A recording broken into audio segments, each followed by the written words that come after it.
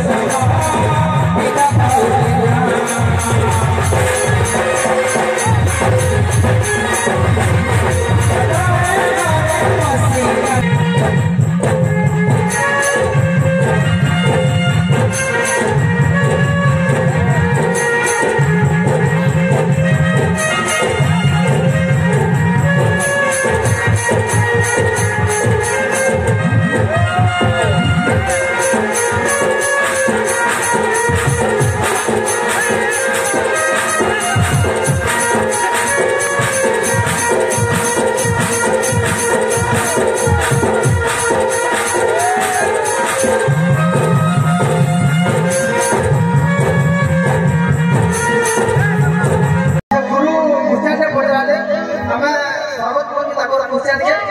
और पहले श्रेष्ठ पूर्णिमा केटा होई अच्छा अच्छा वर्षे के 12टा मास 12टा पूर्णिमा पड़सी रे बाबू अच्छा अच्छा तो कुटा करी कुटा हिसाब लखवा सेने भागवत में लिखा है जे अनेक प्रकार भगवतिया के जाने गोविंद रगति होई अच्छा अच्छा कला जदी दिना शिष्य दृष्टि को देखवा हां हां शिष्य नहीं तार गुरु ने सब किछि अच्छा अच्छा गुरु ब्रह्मा गुरु विष्णु गुरुदेव महेश्वर अच्छा साक्षात परम ब्रह्म तत्वस्मी गुरु विरम अच्छा अच्छा बोले जदी गुटे शिष्य दृष्टि देखवा से शिष्य लागी सबुठ श्रेष्ठ पूर्णिमा हो गुरु पूर्णिमा अच्छा अच्छा यार गुटे पुनी आसी बाबू राखी पूर्णिमा हां हां राखी पुनी लागी जदी गुटे भैट के अच्छा भैट कोई न देखला गुटे भैट दृष्टि को देखवा से भैट लागी राखी पुनी हो जे मैन पुनी श्रेष्ठ पूर्णिमा के नहीं से भाई राजा तार नानी की तार बहन ने दिसी तार मां बाप ने बोली में मानी दिसी चारों आर में पुनी आसी बाबू फुसपुनी अच्छा अच्छा जे फुसपुनी दिन जे बुद्धि पूछा करे दिसो जे होलिया माने दिसो हमारा मुगली बोली फिर गुटे नया लाइफ स्टार्ट कर दिसो अच्छा अच्छा से लागी बहुत प्रकार रो पुनी हो जाए गुटे बोली गुटे पुनी के बोल करी बोले तो जे गुटे पुनी के से 12 के गुटे हमें श्रेष्ठ पूर्णिमा वाला में ठीक ना हुआ अच्छा अच्छा गुरु जी ने जानो हटा कहलो राइट ना कहबो अच्छा अच्छा